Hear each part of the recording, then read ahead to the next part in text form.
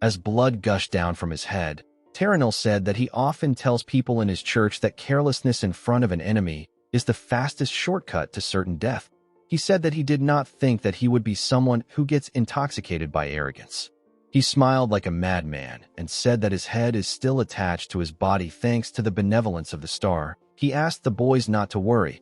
He told them that he will not let the burning excitement he has kindled to go cold, even if he has lost his eyes. Immediately he said this, the boys fired their attacks at him. Their sword strikes caused a huge explosion. Ronan quickly looked up. He was certain that he destroyed Terranil's eyes. He didn't know how the man was able to dodge their attack and appear in the air. The bishop didn't receive a single injury. He smiled and told Ronan that the pathway to perceiving the world for a warrior is not limited to his eyes. If a person can push their senses to the utmost limit, then they can perceive the world with clarity by following the flow of mana alone. Although Terranil couldn't see the boys, he could sense their mana. He told the boys that they both have beautiful torrents within them. He told Shellofan that his storm rages without a single crack, and it is deadly and sharp. He realized that Shellofan should have been the church's top priority for recruitment a long time ago. Terranil told Ronan that he possesses a prowess that is beyond admiration. Even our boy's primal sense for battle was astonishing. The bishop was more amazed by the fact that Ronan could wield a power that was capable of slicing through the blessings themselves. He became certain that the death of the two executives was no mere coincidence. Terranil knew that Ronan and Shellofan would one day be unrivaled by any foe. They will stand at the top as mighty champions. He told the boys that he would have loved to fight to the end against opponents like them as a true warrior. Immediately he said this, he gathered a large amount of energy and raised his hand. He activated a technique known as punishment of the star. Ronan and Shellofan quickly took a stance when they saw the man do this. They saw a powerful and destructive tornado coming towards them. The boys froze in fear when they saw the tornado in front of them. Terranil's attack dragged them across the temple and destroyed everything that it touched. It heavily damaged the temple. Terranil moved to the ground after using the technique. He saw Ronan and Shellofan on the ground. A large amount of blood gushed out of their bodies. The boys couldn't even move. Terranil grit his teeth. He began to cough out some blood. The technique took a large amount of his energy. In Nebula Clagier, blessings are shields of protection bestowed upon church members, and wings are granted directly by the bishop as instruments of judgment that are used against heretics. By simply unfurling the wings, a sentence of doom is delivered upon all those within their reach. It is a way of bringing divine punishment to their enemies. Due to how powerful they are, they demand an immense amount of mana and life itself. It is quite difficult for Terranil to maintain his wings in his current state. The power comes with such a heavy burden. The man had to release one of his wings. He told the boys that he never wanted to use this power because it is a power that overturns all things. By using this power, the very essence of struggle and the risking of one's life in battle becomes meaningless. Terranil clenched his fist and said that he is now a disciple of the star. His first and foremost duty is to fulfill the order entrusted to him as the bishop. His duty is more important to him than his pride as a warrior. Ronan and Shellofan still weren't ready to give up. They grabbed their swords and pushed themselves up. Terranil understood their intentions. He knew that he would be insulting their noble resolves by trying to convince them to work for him.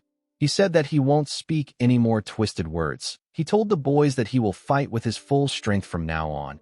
He raised his wing and said that they need to put an end to their fight. Ronan grit his teeth and turned to Sita. He saw that Sita was injured. He knew that he could no longer rely on his healing. He knew that he will really die if he takes another hit from the man. Ronan wanted to charge at Terranil, but his body wouldn't obey him. He had no way of defeating the man. While our boy was struggling to put himself together, Shellofan moved in front of him and asked him to stand up. Ronan was surprised to see this. Shellofan revealed to our boy that he will fight with his full strength from now on. He told him that he will create an opening for him to use his blade. Ronan asked him to stop spouting nonsense. He reminded him that he also got hit by the powerful storm. He asked him about how he is going to handle Terranil alone. Shellofan asked Ronan if he has forgotten that the person who stands before him is someone who has lived his entire life with storms. He pointed his sword at the bishop and said that reading the flow of the wind is a second nature to him. He said that he will still be able to carve out an opening even if his storm cannot swallow Terranil's own. He told Ronan that he can only get him one chance. He asked him to remember this. He smiled and told him that he will have to prepare 10 photo cards of Iroh if he fails to get Taranil this time. Ronan could not believe what he was hearing. He remembered what happened in his past life. He remembered someone telling him to get up when he was on the ground. Ahiudi was in the air.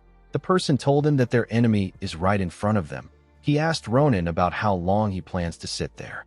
This person is the older Shellofan and the sword saint of that time.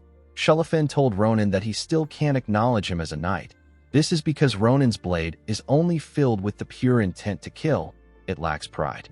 The sword saint told Ronan that his opinion of him still hasn't changed. He said that he doesn't like it, but this battlefield needs a blade meant for killing.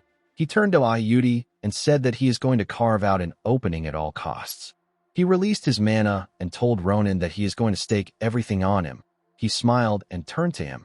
He referred to our boy as Butcher and asked him to push forward. Ronan was shocked to hear this. As he watched Shellofan move forward, he saw his past self in him. Our boy looked at the future sword saint in awe. He smiled and stood up. He told Shellofan that he can't let him have all the fun. He said that he will see things through with him. Immediately he said this, Taranil fired an overwhelming attack at them. Shellofan took a stance and activated a technique known as Storm Sword. He fired his attack at Taranil's storm. His attack hit Taranil's attack. It tried to push the bishop's attack back, but it got swallowed up. Shellofan's attack could only slow down Taranil's storm a bit. Shellofan was shocked to see this. He could not believe that his attack got pushed aside, even though he read the flow of the storm that Taranil created and aimed for its weak spot. The bishop's attack slowly began to tear him apart. Shellofan grit his teeth out of anger. He knew that he was going to get overwhelmed soon. He took a look at the attack and carefully analyzed it. He wondered about what he could do to overcome his current crisis. He reminded himself that he is supposed to be the sword of the Empire, the sharpest blade available. His sword exists to punish and deliver retribution to his enemies. Shellofan realized that what he needed now was not some kind of devastating power. He understood that all he needs is a tiny speck of strength to open a path for his comrade. Shellofan raised his sword and took a stance. A small amount of mana appeared at the tip of his blade. The mana covered his entire blade. He gracefully changed his stance and raised his sword higher. His mana made his blade longer. Ronan was shocked to see this. He realized that Shellofan might be awakening his aura. Shellofan carefully tightened his grip on his sword hilt and gathered more mana to his blade. He made it much more sharper. He opened his eyes and released a clean slash with a technique known as wind. His attack cut through Taranil's storm. It partly moved with the storm. Taranil was surprised to see Shellofan's attack getting close to him. Even though his powers have been weakened because of his injuries, it didn't make sense for Shellofan's aura to break through his attack.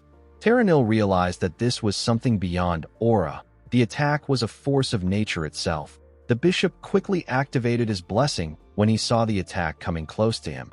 He got pushed back by Shellofan's attack. He couldn't believe what was happening.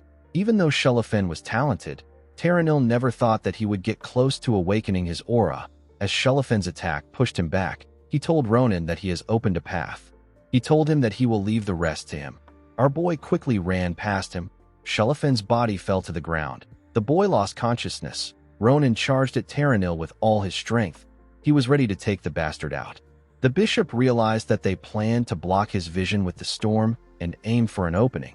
He told Ronan that he is no longer careless. He said that he can feel his mana so clearly, he could basically see Ronan running towards him. He told our boy that he can feel him approaching him with so much anger. He clenched his fist when he saw Ronan jump. He smiled and told him that this is the end. The moment he punched our boy, he got stabbed in his finger by Ronan's dagger. Taranil was shocked to feel a dagger in his hand. He quickly realized that he mistook the mana imbued in the dagger as Ronan. He noticed that only the mana of the stars was around him. He didn't understand why he couldn't feel Ronan's energy anywhere. It didn't make sense to him. The man wondered about what was happening. Immediately he thought of this. Ronan stepped into his blessing and placed his blade at Taranil's neck. He said that he never expected to use the terrible mana he got from Bazura in this way. Bazura's mana is similar to the blessing of the star. He told Taranil that they can end things here. He used his sword to behead the bishop. Taranil smiled as his head got detached from his body. His head flew up, and his body slowly fell down. Ronan's body also fell to the ground. Taranil felt honored to have faced the boys. He never expected that his final search for knowledge would reach such a brilliant and incandescent conclusion. He knew that the boys had a bright future ahead of them. Immediately he thought of this. His head fell to the ground. Guys, we have come to the end of our video. If you guys want part 77 of this recap, let me know in the comments section. Who do you guys think will win if past Ronin and Nebiros fought? Let me know in the comments section.